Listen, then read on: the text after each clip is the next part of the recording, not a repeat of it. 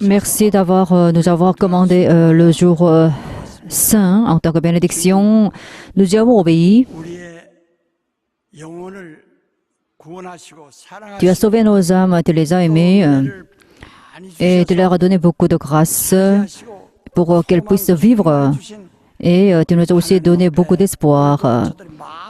Lorsque nous voulons écouter ta parole avec un cœur ouvert, que nous puissions recevoir ta parole. Je prie au nom de Jésus.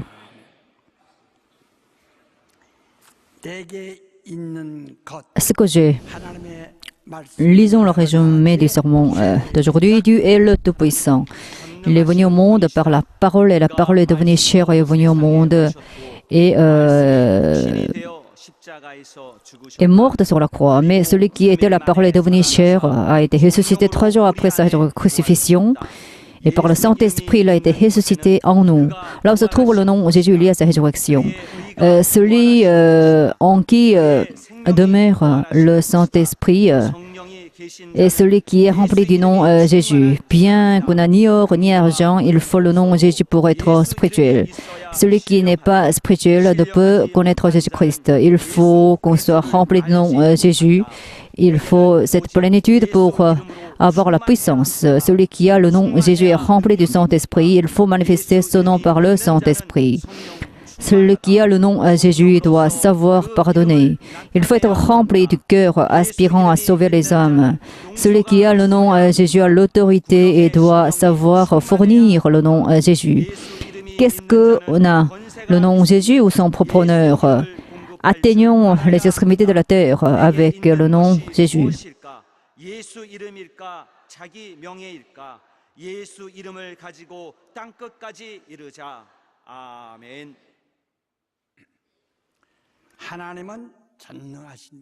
Dieu est un Dieu tout-puissant. Pendant des décennies, nous avons écouté cette parole et nous avons affirmé que nous croyons en cette parole. Mais l'important, c'est de croire réellement. Notre Dieu est celui qui existe par lui-même. Et depuis l'éternité jusqu'à l'éternité, il existe. Et sa puissance est tellement grande et qu'il soit invisible. En fait, le nom, le monde spirituel qui n'est pas visible et même un être vivant qui est même tout petit et toutes choses qui sont visibles et l'univers qui est visible. Et donc, que ce soit les choses petites et grandes, ont été créées par son commandement, par sa parole. Alors, toutes choses ont obéi à sa parole. Et ils se sont soumis à sa parole. Depuis le commencement jusqu'à présent, il respire, il subsiste en obéissant, en se soumettant à sa parole. Voilà, c'est ce qu'on doit comprendre de manière substantielle. Alors le Dieu Tout-Puissant,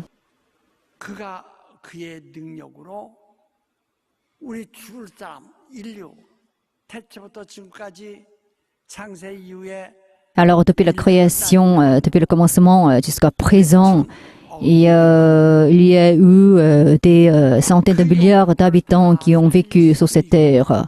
Notre Dieu le Père qui est tout-puissant peut sauver tous ces âmes, les nourrir, tous ces hommes. Et voilà.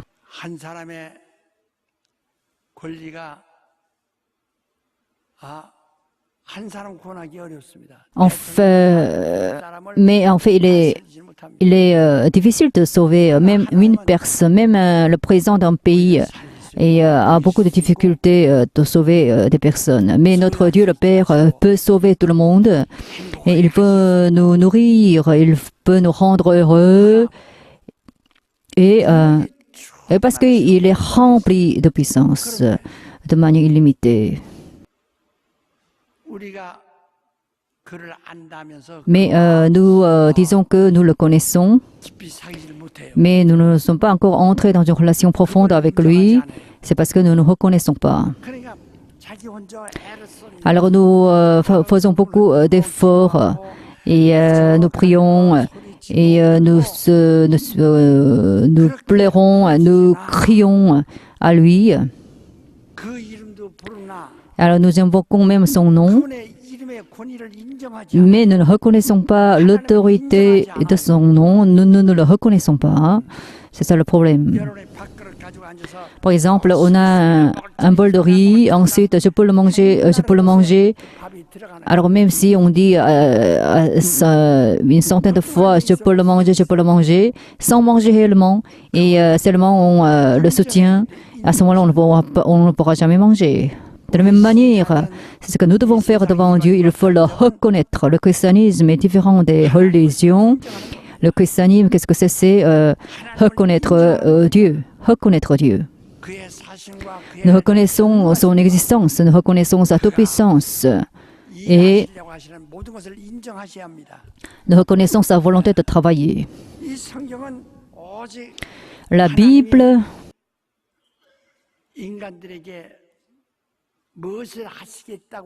et contient la volonté, l'intention et ses promesses de Dieu. Alors, par la Bible, on peut lire ce que Dieu veut faire.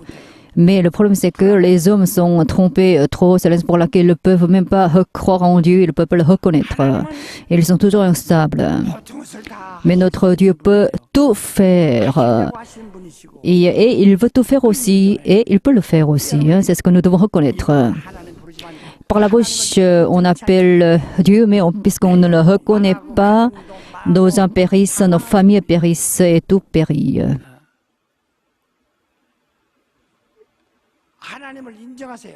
Reconnaissez Dieu, reconnaissez le fait qu'il est tout-puissant.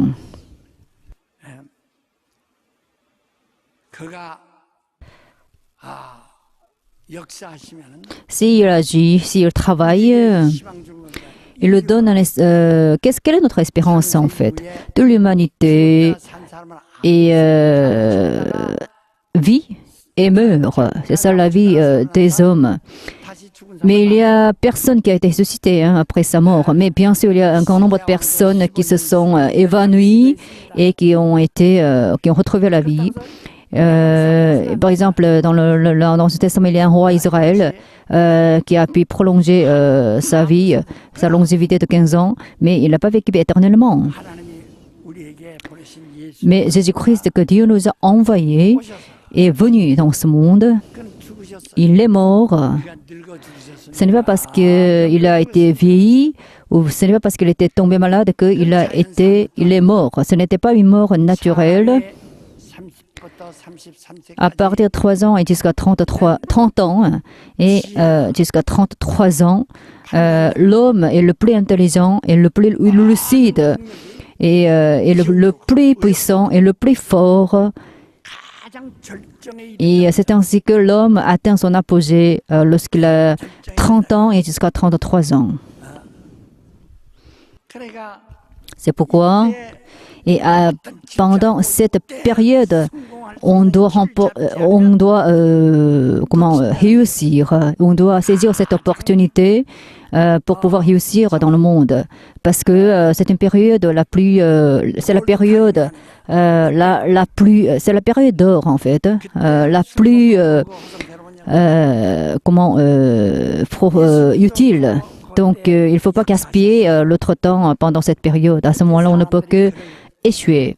Alors Jésus-Christ a accompli son ministère public lorsqu'il était dans cet âge. Mais il a été tué dans ce monde.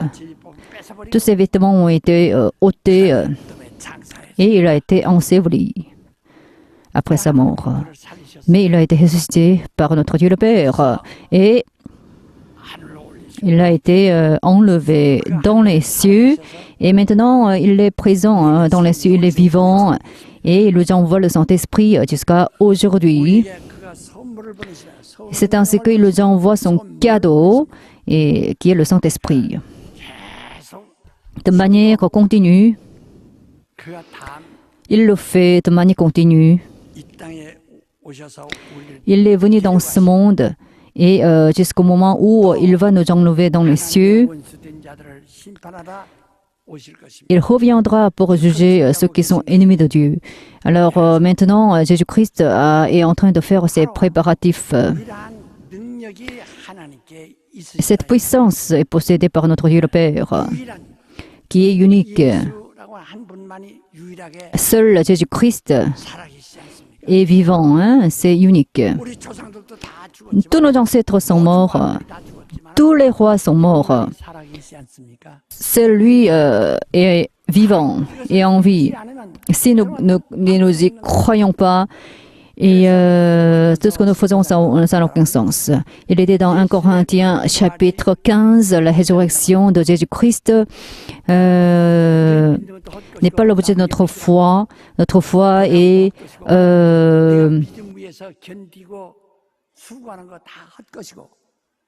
vaine, et tous nos efforts sont vaines.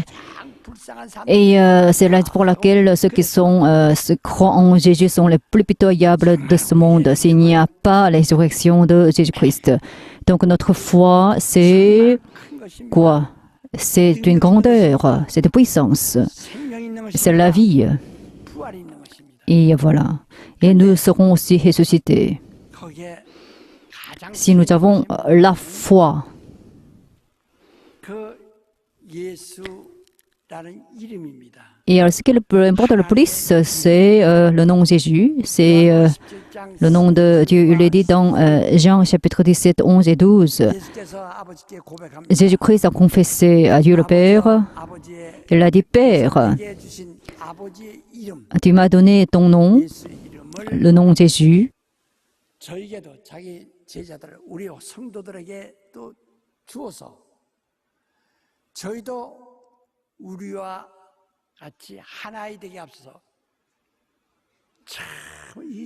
Donne son nom à eux aussi pour qu'ils soient un avec nous. C'est la vérité. Et de même que tu m'as donné ton nom, et donne à ces saints ton nom pour qu'ils soient un avec nous, pour que les Écritures soient accomplies. Quelle est la promesse de Jésus qui est contenue dans la Bible? C'est qu'il donne le nom de Dieu et par ce nom-là,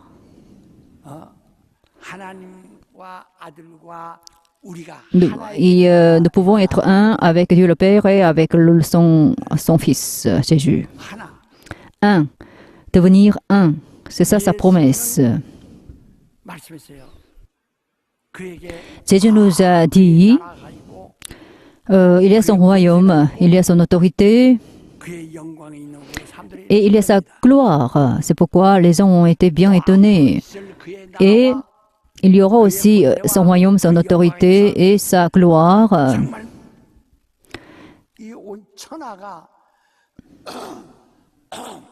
C'est pourquoi le monde entier a été surpris par cela. Mais qu'est-ce que Jésus nous a dit? Qu'est-ce que Dieu nous a enseigné?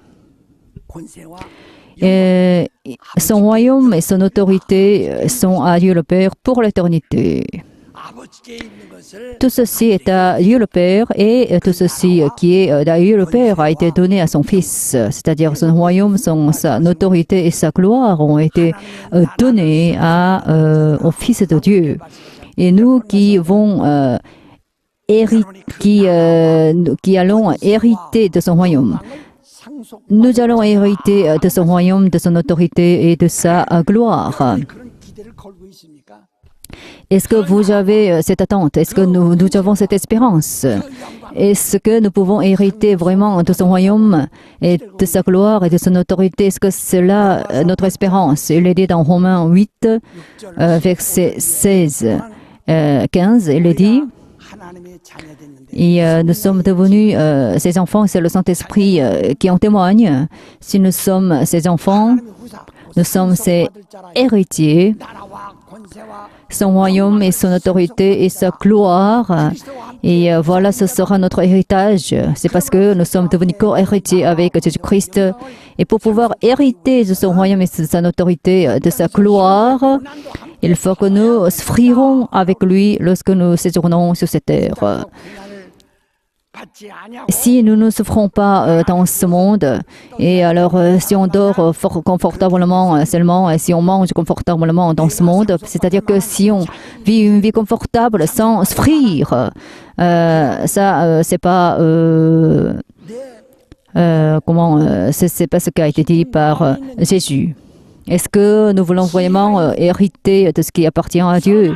Est-ce que nous avons ce cœur profond? Est-ce que nous avons cette sagesse? Est-ce que nous avons cette patience qui nous permet d'en hériter? C'est la raison pour laquelle il faut patienter jusqu'au bout. C'est ça la vie de la foi. Ceux qui patientent jusqu'au bout pourra vivre et pourra sortir vainqueur. Alors son royaume et son autorité et sa gloire sont tous à Dieu le Père. Et tout ceci a été donné au Fils de Dieu, puisque Dieu le Père a donné son nom à son Fils. Ce dernier peut aussi hériter de son royaume, de son autorité et de sa gloire. Matthieu 28, verset 18. Et moi, j'ai obtenu toute autorité et toute gloire Alors moi, je vous les donne. Et vous, en fait, vous pardonnerez le péché des autres et vous les baptiserez. Et moi, je serai avec vous jusqu'à la fin de ce monde. Mais les gens de ce monde ne prennent à la légère cette parole. Et ensuite, ils oublient cette parole. Mais nous ne donnons pas l'autorité au nom de Dieu, Dieu le Père. On ne donne pas l'autorité à sa parole non plus, même si on invoque le nom Jésus. On ne donne pas l'autorité au nom de Jésus. On le méprise. On ne donne pas une autorité adéquate à son nom. C'est la raison pour laquelle... Et alors, Dieu le Père m'a donné l'autorité et son nom et sa gloire et son royaume. Et donne ton nom à eux aussi pour qu'ils soient un avec nous.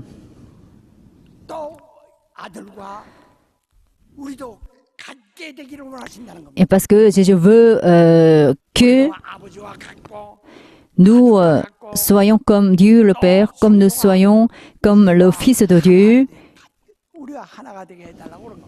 Et il veut qu'il soit un avec nous. Qu'est-ce que c'est devenir un? C'est unir tous les cœurs. Et c'est pour laquelle nous prions tous ensemble. Est-ce qu'il y a une association dite Tongshime? Cette association dite Tongshime, et qu'est-ce que c'est? Son objectif, c'est être ensemble, unir nos cœurs, être unis. C'est ça l'objectif de cette association. Le Père aime son Fils et il nous aime. Et nous devons aussi, Dieu le Père et son Fils, et nous devons aimer les autres. Il nous a donné son nom pour que nous soyons avec lui. C'est pour laquelle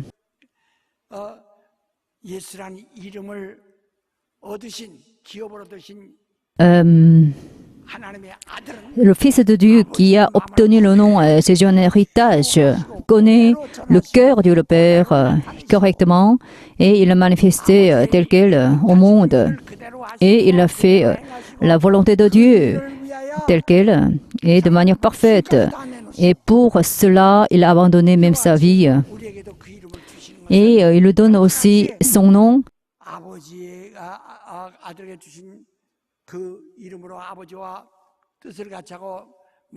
pour que nous puissions partager sa volonté et ses pensées et ses vœux comme le fait Jésus-Christ.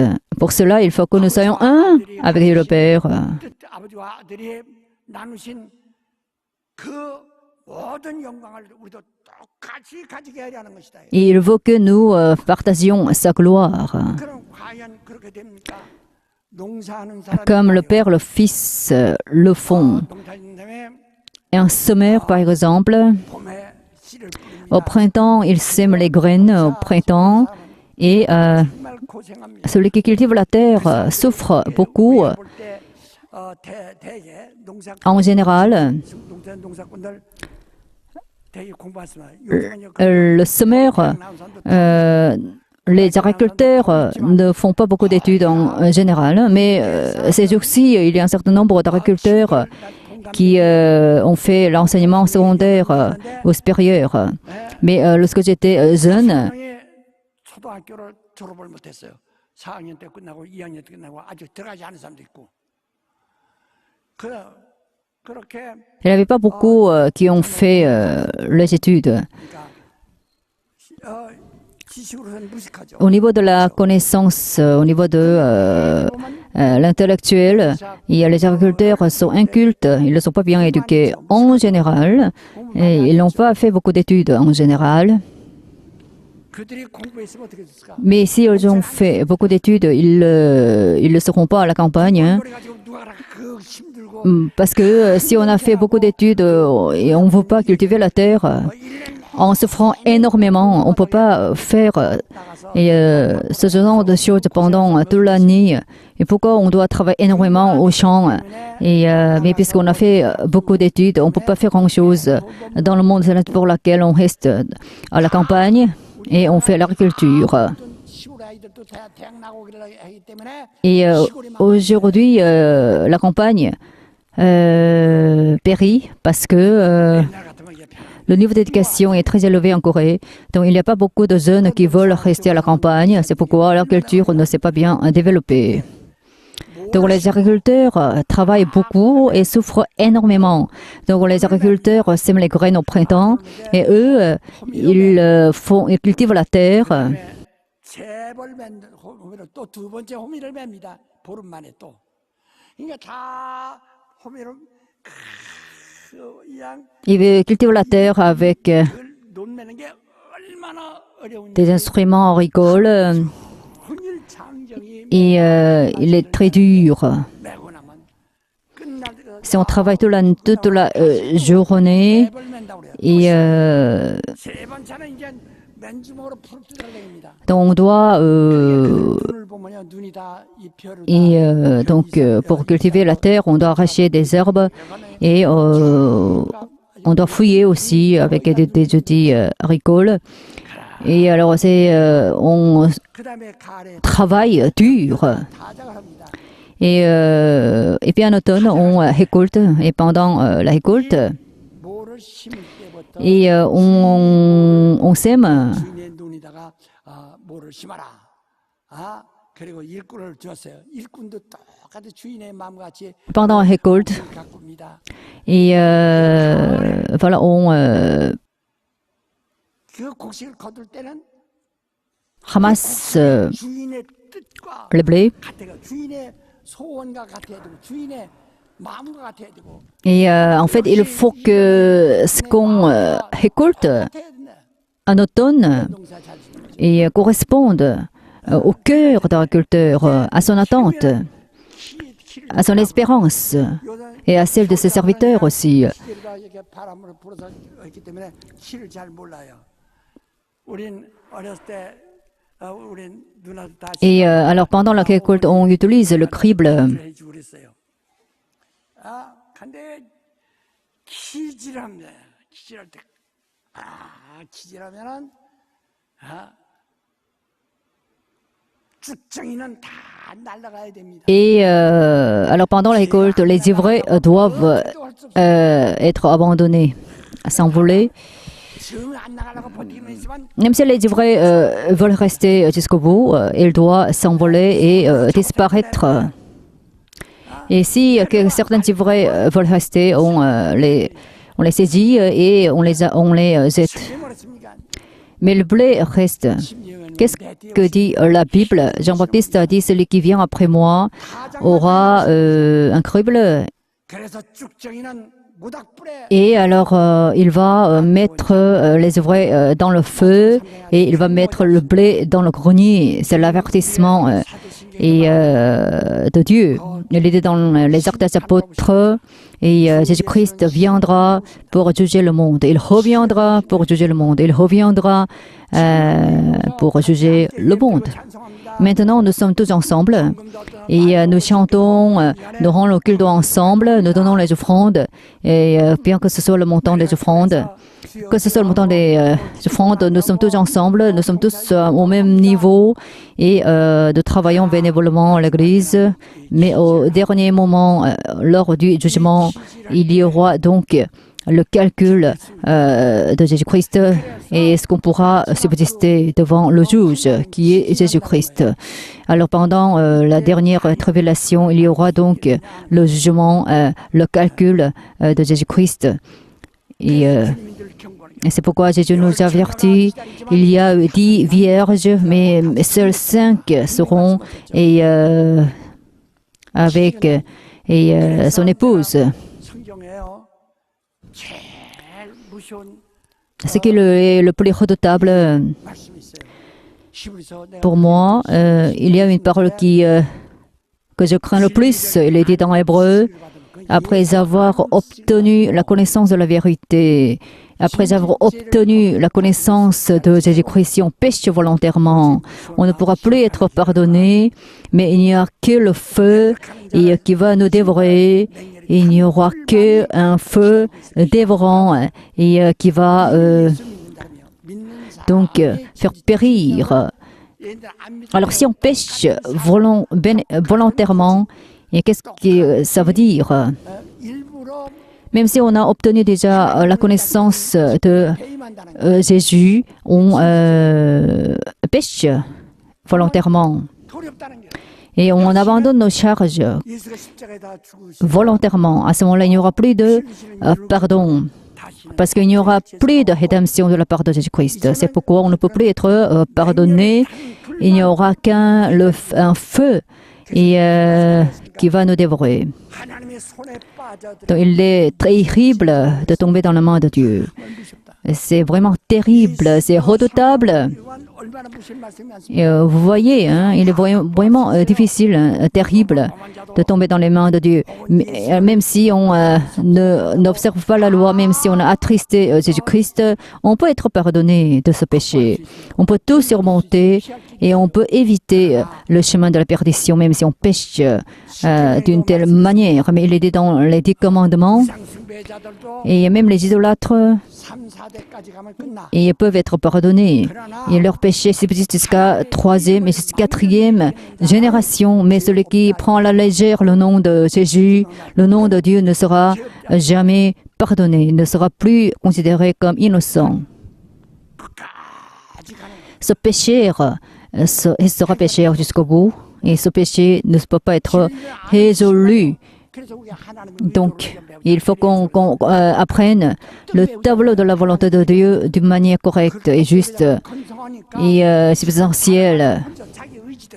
Mais alors, puisqu'on n'a pas on n'a pas correctement appris, on s'assèche spirituellement et on devient comme un mendiant au niveau spirituel.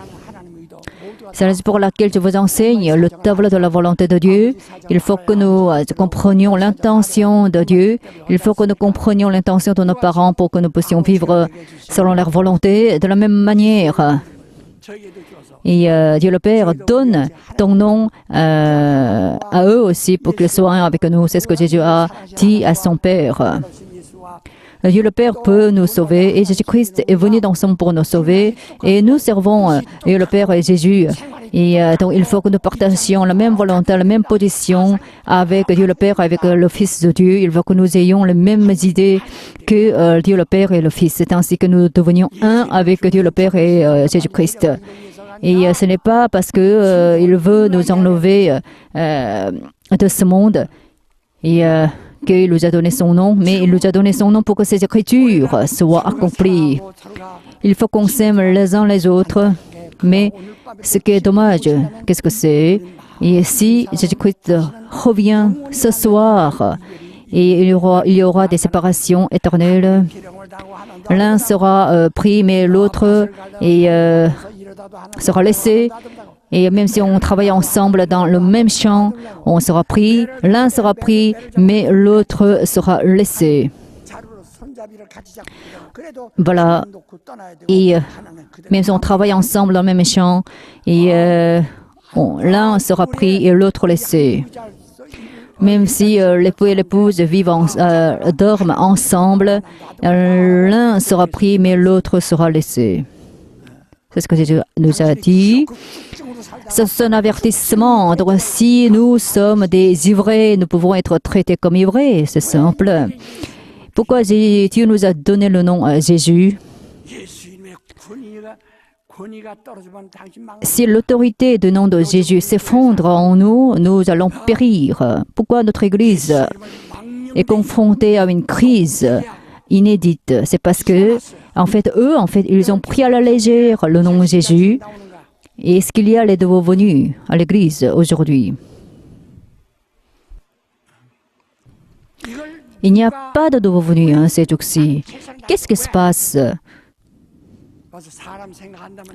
Alors voilà, au niveau humain,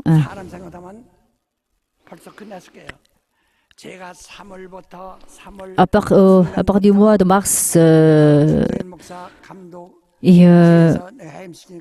alors j'ai viré l'évêque Sang-Hyun Kim, et à la partie du mois de mars jusqu'au début du mois d'avril, j'étais vraiment difficile. J'ai passé un moment très difficile, mais je ne suis pas mort. Mais eux, ils disaient aussi, on a pensé que l'évêque Ki-dong Kim va mourir pendant cette période, et parce qu'on lui a donné beaucoup de difficultés. Mais moi, j'ai survécu face à cette grande difficulté. Regardez les églises, ils sont près de votre maison, même si on a mené le pastorat pendant 20 ans et on a du mal à réunir même 100 fidèles. Donc il est vraiment difficile d'avoir plus de 100 fidèles. J'étais vraiment choquée au mois de mars et jusqu'au début du mois d'avril.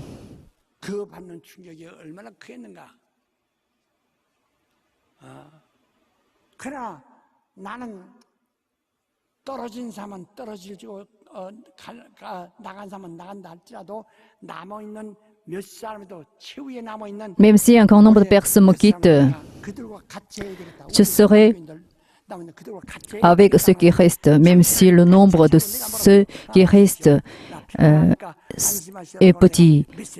C'est pourquoi je vous ai dit, je suis en paix, donc ne soyez pas choqués, ne soyez pas ébranlés par cette crise. C'est ce que je vous ai dit, parce que je serai avec vous jusqu'à la fin. Et le Père m'a confié beaucoup d'âmes, mais c'est Dieu qui m'a demandé de me séparer des personnes et qui se sont corrompues. Alors, même si seules 10 personnes restent, je serai avec elles, avec eux. Je suis là pour vous soutenir, parce que si je tombe, ils tomberont aussi avec moi. Donc, je serai jusqu'à la fin avec ceux qui resteront à l'Église. Donc, à ce moment-là, ce qui importe le plus,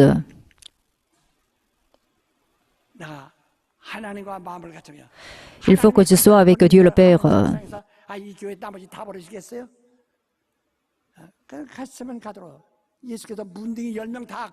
En fait, il y a eu 10 lépreux qui ont été tous guéris, mais 9 lépreux ne sont pas retournés à Jésus-Christ. Et 10 lépreux ont été tous sauvés. Mais pourquoi seul toi es revenu à moi? Parce que parmi les 10 lépreux guéris, un seul lépreux est revenu à Jésus-Christ. 아버지와 아들과의 우리가 마음이 하나라는 하나에 대한 Donc il faut que nous soyons un avec Dieu le Père, avec son Fils. Il faut que nous ayons le même cœur. Si je n'ai pas qu'on n'est pas le temps de la volonté de Dieu, et en fait, je ne peux pas imaginer ce qui pourra m'arriver. Mais Dieu le Père m'a donné son nom, Jésus. Nous avons le nom de Jésus en nous. Les Jean 1 disent ceux qui accueillent le nom de Jésus pourront l'autorité de devenir enfants de Dieu. Donc c'est ainsi qu'ils auront l'autorité et la gloire céleste. Si on croit au nom de Jésus, si on l'accueille, mais vous pensez que vous avez déjà cru en ce nom et vous l'avez accueilli, mais même si on met la vie de la foi pendant 20 ans, on n'a pas encore accueilli le nom de Jésus parce que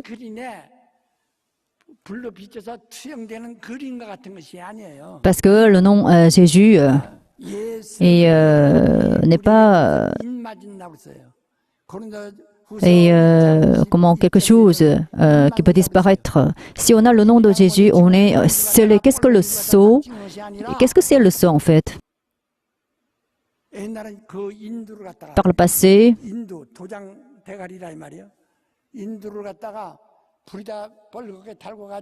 on a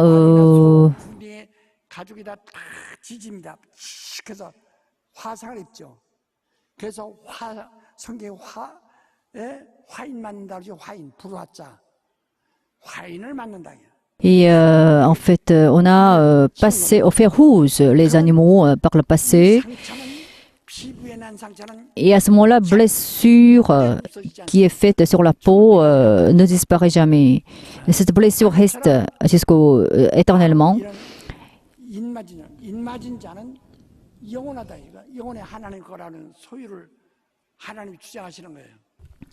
C'est ainsi que Dieu le Père affirme que nous sommes ses possessions. Lorsque le nom de Jésus est entré en nous, 2 Corinthiens, chapitre 1, verset 21, par le Saint-Esprit, il nous a scellés par le Saint-Esprit et le garantit via le Saint-Esprit. Et c'est ainsi qu'il nous a donné le nom de Jésus pour nous. Et alors, il nous a donné le nom de Jésus et il nous a donné les arts du Saint-Esprit. Alors, si nous avons reçu le Saint-Esprit, cela signifie que nous avons été garantis et que nous avons été scellés. Mais il y a beaucoup de fidèles qui déchirent la fiche de garantie, même si on a acheté une pierre précieuse, si on n'a pas de fiche de garantie. Et 보증서 없으면 그게 99.9%라고 하는 것을 인정하지 않으면 할 수 없는 거예요.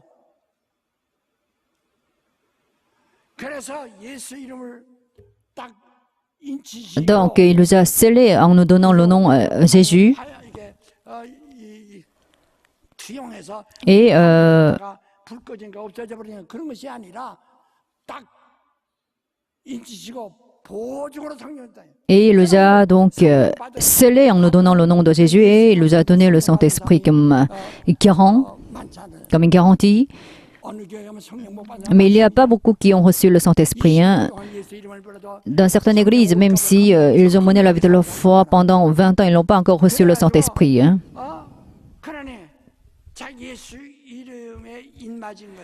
Nous avons été scellés parce que nous avons le nom de Jésus.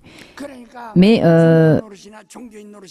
nous avons besoin d'un garant. Mais il y a beaucoup qui vivent comme les gens de religion sans recevoir le nom de Jésus, sans recevoir le Saint-Esprit, sans recevoir le garant. Même si on a reçu le Saint-Esprit, qui est notre garant, et comme on déchire la fiche de garantie après avoir acheté une pierre de paix précieuse, on méprise le Saint-Esprit. Mais la Bible nous a demandé de ne pas mépriser le Saint-Esprit, de ne pas blasphémer contre le Saint-Esprit, de ne pas l'ignorer. Si on le fait, on ne pourra jamais être pardonné parce que il n'y a pas de pardon pour ça.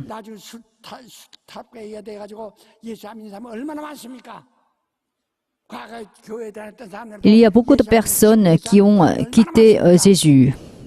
Ils ont cru par le passé, mais ils ont quitté Jésus-Christ.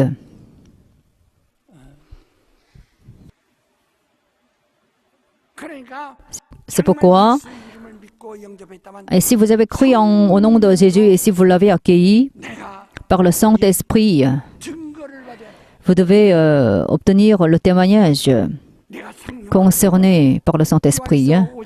1 Jean chapitre 5, il nous a sauvés avec l'eau et avec le sang. C'est le Saint-Esprit qui en témoigne. Si on n'a pas le témoignage du Saint-Esprit, on n'a pas la vie. Mais on méprise vraiment son témoignage. Même si on n'a pas pratiqué la puissance. Et nous devons toujours être sûrs du fait qu'on a reçu le Saint-Esprit. Si on a reçu le Saint-Esprit, je suis le temple de Dieu. Si vous ne savez pas que le Saint-Esprit est en vous, si on salit ce temple de Dieu, on sera abandonné par Dieu. 1 Corinthiens, chapitre 3, versets 16 et 17. C'est vraiment redoutable. C'est bien clair. Hein?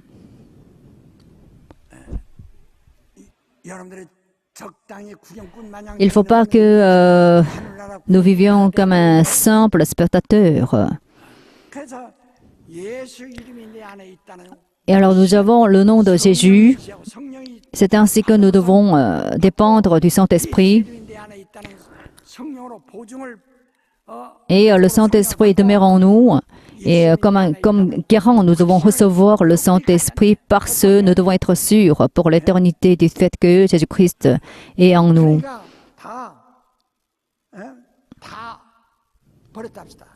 Par exemple, on a tout perdu. Par exemple, même si on est riche, on peut tout perdre. Même si on a des vêtements somptueux, on doit les jeter. Et même si on a une belle maison, nous pouvons déménager. Même si on a une belle voiture, et nous ne pouvons plus la prendre, nous pouvons prendre une autre voiture. C'est ça la vie. Mais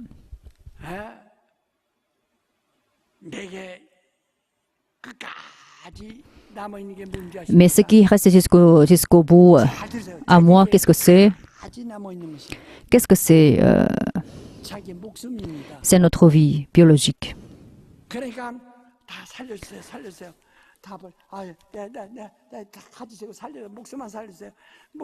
On dit au moment de crise, sauve-moi, sauve-moi, sauve-moi.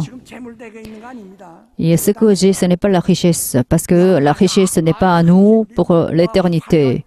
Même si vous avez une belle maison confortable, mais en fait, cette maison n'est pas votre possession éternelle, hein, c'est temporaire. Et ce qu'on a, c'est la vie biologique.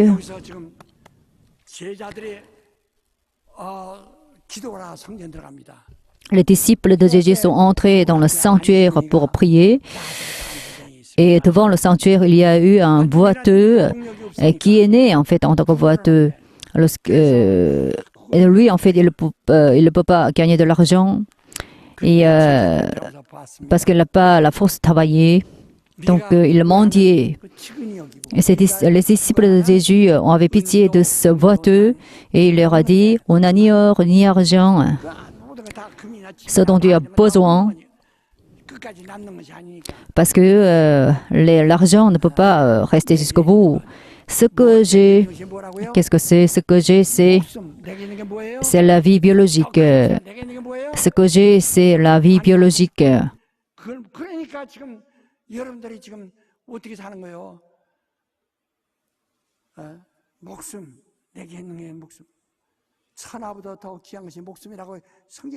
Et en fait, ce qui est le plus précieux pour nous, c'est quoi? C'est la vie biologique. Et c'est la vie biologique qui est la plus précieuse pour nous. Donc, il est dit dans le texte originel, ce que j'ai, je te le donne. Alors, je te donne ce qui est comparable à la vie biologique. 말씀과 한 가지라 이 말이에요. Le nom 예수 이름을 저에게 주어서 저희도 우리가 하나님 되어 하나님과 내 생명과 동일한 겁니다. 하나님 사람은 자기 목숨 없는 거예요. celui qui n'a pas Dieu n'a pas la vie, 하나님 있는 사람은 자기 목숨 있는 거예요. n'a pas la vie biologique non plus. Celui qui a Dieu a la vie et aussi la vie biologique. Si on n'a pas de Dieu, on n'a ni vie biologique. 내가 내 목숨을 내게 주는 Moi, je te le donne. Je te donne ma vie. Je te donne 기도 좀 하고 좀 산기도 la vie. C'est ce que Jésus nous a dit. 앉으면 Si nous prions beaucoup à la montagne, 그만한 마음으로 et 기도도 많이 moi j'ai beaucoup prié, 이 기도도 않고 이런 것들이 야, 일어나 일하게 뭐 일어나 내 목숨을 줘야죠 목숨을 우리가 옛날 et ensuite on est on devient arrogant. Moi, lorsque je menais des croises d'évangélisation, j'ai abandonné même ma vie. 하나 내가 내게 있는 것 세월까지 영원히 남아 있어야 내 목숨을 내게 주노니 하는 것 똑같은 내게 있는 예수님을 주노니 Alors moi, je te donne le nom de Jésus que j'ai.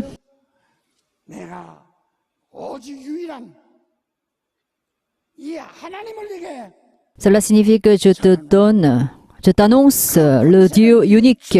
Moi, je te donne son autorité. Moi, je te donne ce que j'ai, c'est-à-dire lève-toi au nom de Jésus et marche. Ensuite, 이적이 그래서 나타나 il s'est levé, il a marché. C'est ce qu'on appelle le signe de Jésus-Christ. 자기 욕심은 욕심대로 Par exemple, on a beaucoup de 갖고 네 것도 내가 On a beaucoup de convoitises et ensuite, moi, je voudrais prendre ce qui est à toi et je veux posséder ce qui est à moi aussi. Alors, j'ai des choses, mais Dieu le Père, donne-moi plus. À ce moment-là, on ne pourra pas expérimenter les signes de Jésus-Christ. Alors, on a la vie biologique. Le nom de Jésus est entré en moi et j'ai été ainsi scellé par Dieu. À ce moment-là, le nom de Jésus est comparable à ma vie biologique. Si j'ai le nom Jésus, j'ai la vie. Cette vie, c'est Dieu. Notre Dieu est unique. C'est parce que seul lui peut me sauver. C'est ça son unicité. Donc, alors marche au nom de Jésus que j'ai. Vous êtes impuissants et tout est fermé devant vous parce que le nom de Jésus n'est pas devant vous et n'est pas en vous. Face à cette crise, moi, je suis totalement déshonoré. Si je n'ai pas fait beaucoup d'études, si je suis quelqu'un d'inculte, je peux oublier facilement, mais moi non. Et je suis vraiment déshonoré, c'est inoubliable. Mais alors, je suis totalement détruit pendant cette période de crise. Il n'y a pas beaucoup qui sont déshonorés à la chaîne de télévision, pendant l'émission télévisée. Mais moi, donc je ne pense pas que vous avez expérimenté la souffrance que j'ai connue pendant cette période. Mais moi, j'ai tout abandonné. Jésus-Christ a été crucifié. Il a été traité comme un brigand. Il a été crucifié. C'était un déshonneur pour Jésus-Christ parce que il a été traité comme quelqu'un de sale. Et tous ses vêtements ont été ôtés et partagés. C'est pourquoi au dernier moment, Jésus a dit, il reçoit mon âme. C'est ça la vérité. Et qu'est-ce qu'il restait à Jésus-Christ? C'était son honneur. Est-ce que Jésus avait l'honneur sur la croix? Et est-ce qu'il a eu des vêtements sur la croix? Il est venu au monde. Il a été vraiment tout perdu. Il a été totalement détruit. déshonoré. Alors au dernier moment, il a dit, reçois mon âme. Alors moi aussi, et j'ai fait cette expérience pendant cette période de manière bien certaine. Je n'ai rien. C'est pourquoi 이제 영혼만 살아서 내가 et ce que j'ai, c'est mon âme. Et avec mon âme, je sers Dieu le Père. 내가 Et, 이렇게 감독직을 한다. 하고 내가 말씀드렸죠. et moi, j'agirai comme évêque de l'Église parce que seule mon âme est en vie et reçoit mon âme. C'est ça la vérité. Étienne 이제 돌로 맞아 깨져서 망가져서 없어. a été lapidé, il a été totalement détruit 또 없어. et il ne pouvait plus se restaurer, se redresser. Mais il a dit au dernier moment, reçois mon âme ensuite. 내 일생 동안 한편은 Et là, il est mort. Alors moi, en fait, et je passe maintenant un moment très difficile et douloureux, mais en même temps, j'étais vraiment émue. 뻔뻔해서 이렇게 하는 거 아닙니다. Je suis vraiment émue, je suis vraiment touchée. C'est parce que j'ai la foi, c'est parce que j'ai l'espérance. 여러분을 볼 때 보세요. 저 사람들 보세요. 얼굴이 시커매지만 나는 빛나지 않습니까? 왜? 그냥 뻔뻔해서가 아니라 내게 있는 예수 이름, 내게 있는 예수 이름, 이름이 있기 때문이다. Et moi, en fait, eux, ils sont vraiment noirs, n'est-ce pas? Ils ont un visage noir, mais je suis maintenant en paix, en joie, chantant le cantique. 찬양대 이거 노래하나 두어 서는 사람이 와서 불렀으면 좋겠어 같이. 예? 혼자 부르지 말고 여기다 같이 올라서 막 팍팍. Chantons le cantique. 마이크 좀 대요. 마이크. Je pense, j'espère que quelques membres de la chorale chantent avec nous, avec le micro. Ok? Soyez prêts. Vous êtes prêts? C'est vraiment émouvant. Hein? Cantique 36, chantons ce cantique 3 fois. 세 번 부릅니다.